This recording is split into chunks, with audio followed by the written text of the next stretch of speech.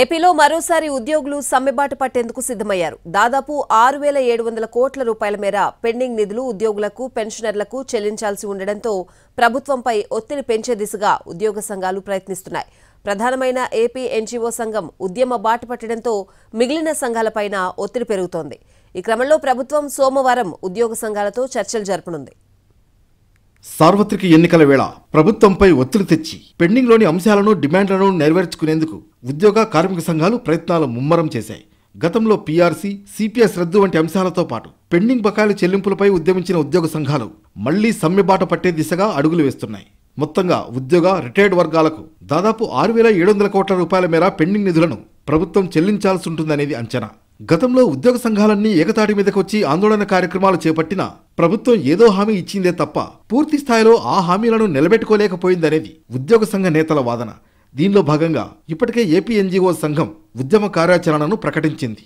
ఈ నెల 27వ తేదీన చలో విజయవాడ కార్యక్రమం పిలుపిచ్చింది. మరి ఓ పక్క నుంచి ఎన్నికల నోటిఫికేషన్ వచ్చేటువంటి పరిస్థితి ఉంది. ప్రభుత్వం దగ్గర చిత్తశుద్ధి కనబడతలేదు, మా రాయితీలు రావటం లేదు, మా పిఆర్సీలు రావటం లేదు.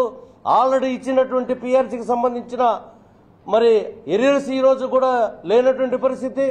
27/2/2024 జరిగేటువంటి చలో విజయవాడ ప్రోగ్రాంకి సమాయత్తం చేయడానికి పర్యటనలు చేయడం జరుగుతుంది. పెండింగ్లో ఉన్న 4 డిఏలు, రిటైర్మెంట్ బెనిఫిట్స్ నిధులు విడుదల చేయడంతో పాటు మధ్యంతర వృత్తి ప్రకటించాలనేది ఏపీ జేఏసీ నేతల డిమాండ్. ఏపీ ఎన్జీఓలు కూడా దాదాపు ఇదే డిమాండ్లు వినిపిస్తున్నారు.